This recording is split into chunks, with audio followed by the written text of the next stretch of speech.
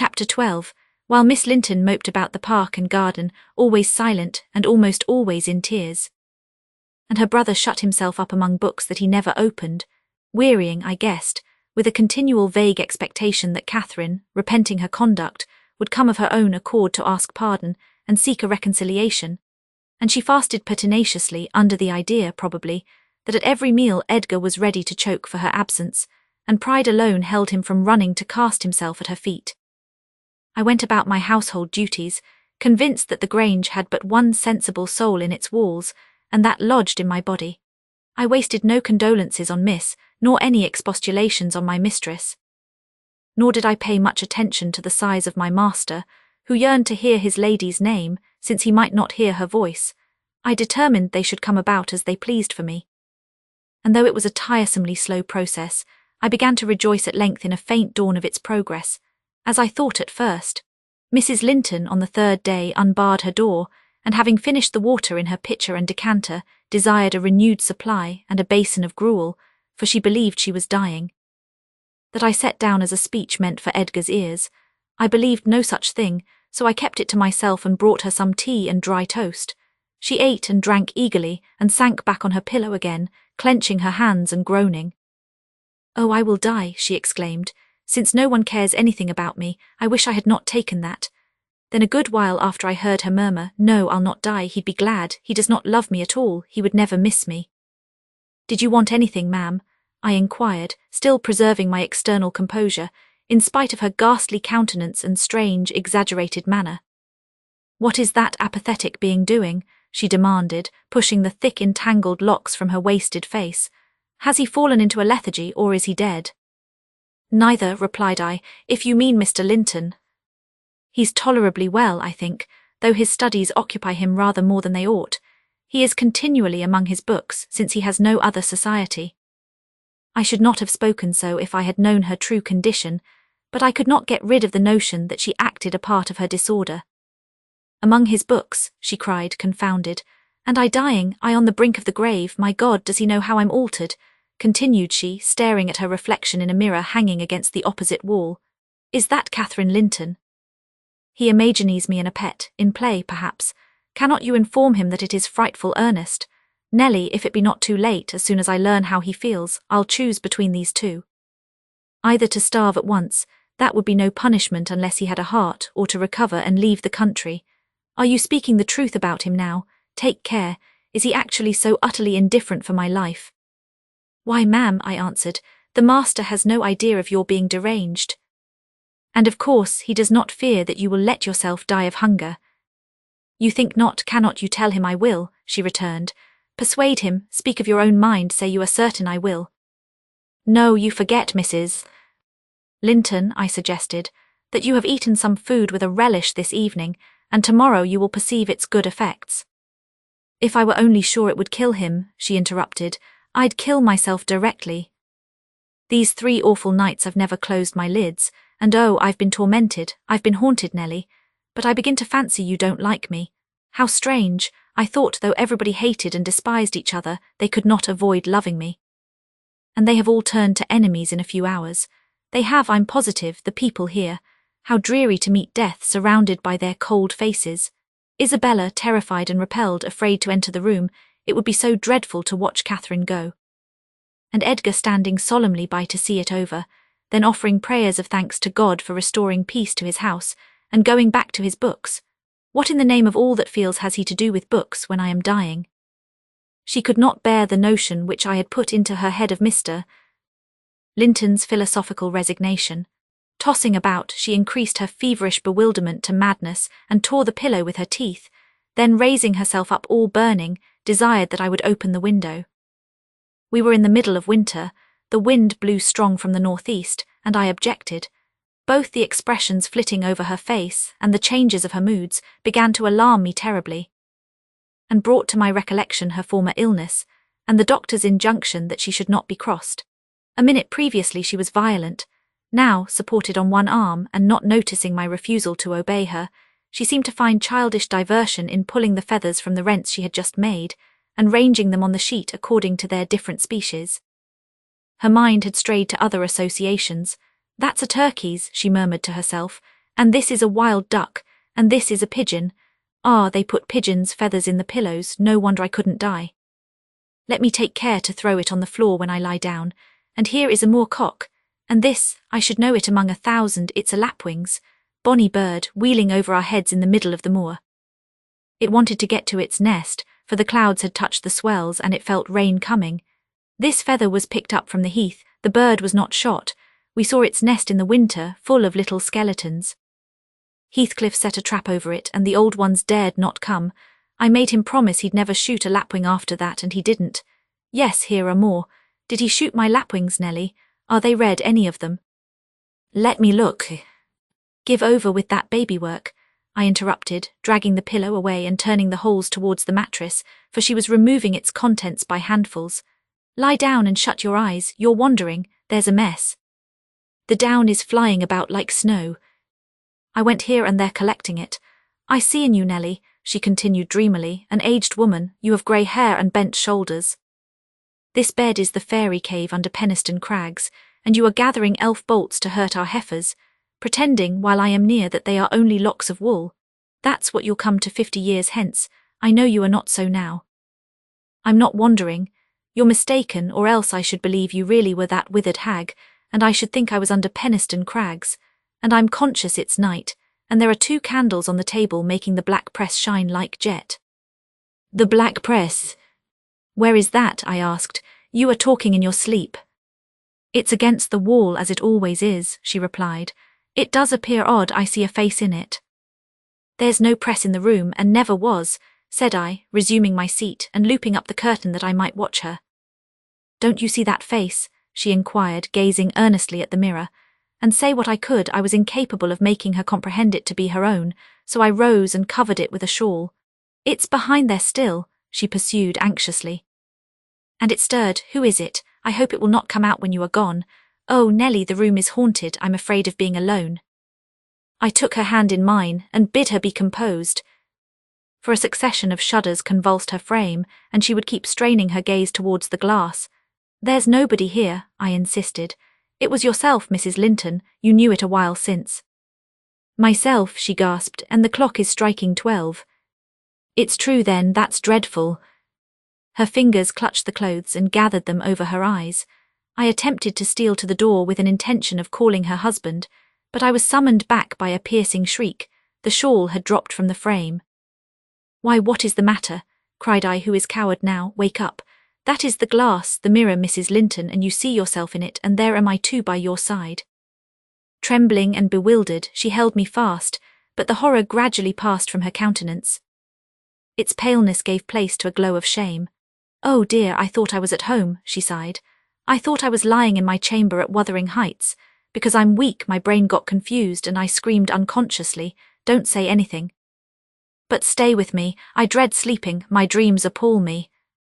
A sound sleep would do you good, ma'am, I answered, and I hope this suffering will prevent your trying starving again. Oh, if I were but in my own bed in the old house, she went on bitterly, wringing her hands. And that wind sounding in the firs by the lattice, do let me feel it, it comes straight down the moor, do let me have one breath. To pacify her, I held the casement ajar a few seconds. A cold blast rushed through. I closed it and returned to my post. She lay still now, her face bathed in tears. Exhaustion of body had entirely subdued her spirit. Our fiery Catherine was no better than a wailing child. How long is it since I shut myself in here? She asked, suddenly reviving. It was Monday evening, I replied, and this is Thursday night, or rather Friday morning at present. What of the same week? She exclaimed. Only that brief time. Long enough to live on nothing but cold water and ill temper, observed I. Well, it seems a weary number of hours, she muttered doubtfully. It must be more. I remember being in the parlour after they had quarrelled, and Edgar being cruelly provoking, and me running into this room desperate. As soon as ever I had barred the door, utter blackness overwhelmed me, and I fell on the floor. I couldn't explain to Edgar how certain I felt of having a fit, or going raging mad, if he persisted in teasing me. I had no command of tongue or brain, and he did not guess my agony, perhaps. It barely left me sense to try to escape from him and his voice. Before I recovered sufficiently to see and hear, it began to be dawn, and Nelly, I'll tell you what I thought. and what has kept recurring and recurring till I feared for my reason. I thought as I lay there, with my head against that table leg, and my eyes dimly discerning the grey square of the window, that I was enclosed in the oak-panelled bed at home. And my heart ached with some great grief which, just waking, I could not recollect. I pondered and worried myself to discover what it could be, and most strangely, the whole last 7 years of my life grew a blank. I did not recall that they had been at all. I was a child, my father was just buried, and my misery arose from the separation that Hindley had ordered between me and Heathcliff. I was laid alone for the first time. And rousing from a dismal doze after a night of weeping, I lifted my hand to push the panels aside. It struck the table-top. I swept it along the carpet, and then memory burst in. My late anguish was swallowed in a paroxysm of despair. I cannot say why I felt so wildly wretched. It must have been temporary derangement, for there is scarcely cause. But supposing at 12 years old I had been wrenched from the heights, and every early association, and my all in all, as Heathcliff was at that time, and been converted at a stroke into Mrs. Linton, the lady of Thrushcross Grange and the wife of a stranger, an exile and outcast thenceforth from what had been my world, you may fancy a glimpse of the abyss where I grovelled. Shake your head as you will, Nelly, you have helped to unsettle me. You should have spoken to Edgar, indeed you should, and compelled him to leave me quiet. Oh, I'm burning, I wish I were out of doors. I wish I were a girl again, half savage and hardy and free, and laughing at injuries, not maddening under them. Why am I so changed? Why does my blood rush into a hell of tumult at a few words? I'm sure I should be myself were I once among the heather on those hills. Open the window again wide, fasten it open, quick, why don't you move? Because I won't give you your death of cold, I answered. You won't give me a chance of life, you mean, she said sullenly. However, I'm not helpless yet, I'll open it myself. And sliding from the bed before I could hinder her, she crossed the room, walking very uncertainly, threw it back, and bent out, careless of the frosty air that cut about her shoulders as keen as a knife. I entreated, and finally attempted to force her to retire, but I soon found her delirious strength much surpassed mine. She was delirious, I became convinced by her subsequent actions and ravings. There was no moon, and everything beneath lay in misty darkness. Not a light gleamed from any house far or near. All had been extinguished long ago, and those at Wuthering Heights were never visible. Still, she asserted, she caught their shining. Look, she cried eagerly, that's my room with the candle in it and the trees swaying before it, and the other candle is in Joseph's garret. Joseph sits up late, doesn't he? He's waiting till I come home that he may lock the gate. Well, he'll wait a while yet. It's a rough journey and a sad heart to travel it, and we must pass by Gimmerton Kirk to go that journey. We've braved its ghosts often together, and dared each other to stand among the grave and ask them to come. But Heathcliff, if I dare you now, will you venture? If you do, I'll keep you. I'll not lie there by myself. They may bury me 12 feet deep and throw the church down over me, but I won't rest till you are with me. I never will. She paused and resumed with a strange smile. He's considering, he'd rather I'd come to him. Find a way then, not through that kirkyard, you are slow. Be content, you always followed me. Perceiving it vain to argue against her insanity, I was planning how I could reach something to wrap about her, without quitting my hold of herself, for I could not trust her alone by the gaping lattice, when, to my consternation, I heard the rattle of the door handle and Mr. Linton entered. He had only then come from the library, and in passing through the lobby had noticed our talking and been attracted by curiosity, or fear, to examine what it signified at that late hour. "Oh, sir," I cried, checking the exclamation risen to his lips at the sight which met him, and the bleak atmosphere of the chamber. "My poor mistress is ill, and she quite masters me. I cannot manage her at all. Pray come and persuade her to go to bed. Forget your anger, for she's hard to guide any way but her own." "Catherine ill," he said, hastening to us. "Shut the window, Ellen. Catherine, why?" He was silent. The haggardness of Mrs.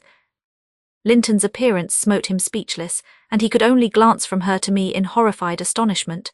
"She's been fretting here," I continued, "and eating scarcely anything and never complaining.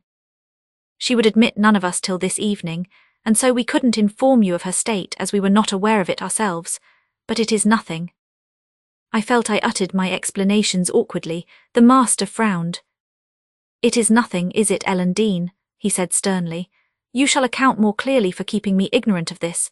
And he took his wife in his arms and looked at her with anguish. At first she gave him no glance of recognition. He was invisible to her abstracted gaze. The delirium was not fixed, however. Having weaned her eyes from contemplating the outer darkness, by degrees she centered her attention on him and discovered who it was that held her. "Ah, you are come, are you, Edgar Linton?" she said with angry animation. "You are one of those things that are ever found when least wanted, and when you are wanted, never. I suppose we shall have plenty of lamentations now. I see we shall, but they can't keep me from my narrow home out yonder. My resting place where I'm bound before spring is over. There it is, not among the Lintons, mind, under the chapel roof, but in the open air with a headstone, and you may please yourself whether you go to them or come to me." "Catherine, what have you done?" commenced the master. "Am I nothing to you any more? Do you love that wretch Heath?" "Hush," cried Mrs. Linton. "Hush this moment. You mention that name and I end the matter instantly by a spring from the window. What you touch at present you may have. But my soul will be on that hilltop before you lay hands on me again. I don't want you, Edgar. I'm past wanting you. Return to your books. I'm glad you possess a consolation, for all you had in me is gone." "Her mind wanders, sir," I interposed. "She has been talking nonsense the whole evening, but let her have quiet and proper attendance and she'll rally. Hereafter we must be cautious how we vex her." "I desire no further advice from you," answered Mr. Linton. "You knew your mistress's nature, and you encouraged me to harass her, and not to give me one hint of how she has been these 3 days. It was heartless. Months of sickness could not cause such a change." I began to defend myself, thinking it too bad to be blamed for another's wicked waywardness. "I knew Mrs. Linton's nature to be headstrong and domineering," cried I, "but I didn't know that you wished to foster her fierce temper. I didn't know that, to humour her, I should wink at Mr. Heathcliff. I performed the duty of a faithful servant in telling you, and I have got a faithful servant's wages. Well, it will teach me to be careful next time. Next time you may gather intelligence for yourself." "The next time you bring a tale to me you shall quit my service, Ellen Dean," he replied. "You'd rather hear nothing about it, I suppose, then, Mr. Linton," said I. "Heathcliff has your permission to come a-courting to Miss, and to drop in at every opportunity your absence offers, on purpose to poison the mistress against you." Confused as Catherine was, her wits were alert at applying our conversation. "Ah, Nellie has played traitor," she exclaimed passionately. "Nellie is my hidden enemy, you witch, so you do seek elf bolts to hurt us. Let me go and I'll make her rue. I'll make her howl a recantation." A maniac's fury kindled under her brows. She struggled desperately to disengage herself from Linton's arms. I felt no inclination to tarry the event, and resolving to seek medical aid on my own responsibility, I quitted the chamber. In passing the garden to reach the road, at a place where a bridle hook is driven into the wall, I saw something white moved irregularly, evidently by another agent than the wind. Notwithstanding my hurry, I stayed to examine it, lest ever after I should have the conviction impressed on my imagination that it was a creature of the other world. My surprise and perplexity were great on discovering, by touch more than vision, Miss Isabella's Springer, Fanny, suspended by a handkerchief and nearly at its last gasp. I quickly released the animal and lifted it into the garden. I had seen it follow its mistress upstairs when she went to bed, and wondered much how it could have got out there, and what mischievous person had treated it so. While untying the knot round the hook, it seemed to me that I repeatedly caught the beat of horses, feet galloping at some distance. But there were such a number of things to occupy my reflections that I hardly gave the circumstance a thought. Though it was a strange sound in that place at 2 o'clock in the morning, Mr. Kenneth was fortunately just issuing from his house to see a patient in the village as I came up the street, and my account of Catherine Linton's malady induced him to accompany me back immediately. He was a plain, rough man, and he made no scruple to speak his doubts of her surviving this second attack, unless she were more submissive to his directions than she had shown herself before. "Nellie Dean," said he, "I can't help fancying there's an extra cause for this. What has there been to do at the Grange? We've odd reports up here. A stout, hearty lass like Catherine does not fall ill for a trifle, and that sort of people should not either. It's hard work bringing them through fevers and such things. How did it begin?" "The master will inform you," I answered. "But you are acquainted with the Earnshaw's violent dispositions, and Mrs. Linton caps them all. I may say this, it commenced in a quarrel. She was struck during a tempest of passion with a kind of fit. That's her account at least. For she flew off in the height of it and locked herself up. Afterwards she refused to eat, and now she alternately raves and remains in a half-dream, knowing those about her, but having her mind filled with all sorts of strange ideas and illusions. Mr. Linton will be sorry, observed Kenneth interrogatively. Sorry, he'll break his heart should anything happen, I replied. Don't alarm him more than necessary. Well, I told him to beware, said my companion. And he must bide the consequences of neglecting my warning. Hasn't he been intimate with Mr. Heathcliff lately? Heathcliff frequently visits at the Grange, answered I, though more on the strength of the mistress having known him when a boy, than because the master likes his company. At present he's discharged from the trouble of calling, owing to some presumptuous aspirations after Miss Linton which he manifested. I hardly think he'll be taken in again. And does Miss Linton turn a cold shoulder on him, was the doctor's next question. I'm not in her confidence, returned I, reluctant to continue the subject. No, she's a sly one, he remarked, shaking his head. She keeps her own counsel, but she's a real little fool. I have it from good authority that last night, and a pretty night it was, she and Heathcliff were walking in the plantation at the back of your house above 2 hours, and he pressed her not to go in again, but just mount his horse and away with him. My informant said she could only put him off by pledging her word of honour to be prepared on their first meeting after that. When it was to be he didn't hear, but you urge Mr. Linton to look sharp. This news filled me with fresh fears. I outstripped Kenneth and ran most of the way back. The little dog was yelping in the garden yet. I spared a minute to open the gate for it, but instead of going to the house door, it coursed up and down snuffing the grass and would have escaped to the road, had I not seized it and conveyed it in with me. On ascending to Isabella's room, my suspicions were confirmed. It was empty. Had I been a few hours sooner, Mrs. Linton's illness might have arrested her rash step, but what could be done now? There was a bare possibility of overtaking them if pursued instantly. I could not pursue them, however, and I dared not rouse the family and fill the place with confusion. Still less unfold the business to my master, absorbed as he was in his present calamity, and having no heart to spare for a second grief. I saw nothing for it but to hold my tongue and suffer matters to take their course. And Kenneth being arrived, I went with a badly composed countenance to announce him. Catherine lay in a troubled sleep. Her husband had succeeded in soothing the excess of frenzy. He now hung over her pillow, watching every shade and every change of her painfully expressive features. The doctor, on examining the case for himself, spoke hopefully to him of its having a favourable termination, if we could only preserve around her perfect and constant tranquillity. To me, he signified the threatening danger was not so much death as permanent alienation of intellect. I did not close my eyes that night, nor did Mr. Linton. Indeed, we never went to bed. And the servants were all up long before the usual hour, moving through the house with stealthy tread, and exchanging whispers as they encountered each other in their vocations. Every one was active but Miss Isabella. And they began to remark how sound she slept. Her brother, too, asked if she had risen, and seemed impatient for her presence, and hurt that she showed so little anxiety for her sister-in-law.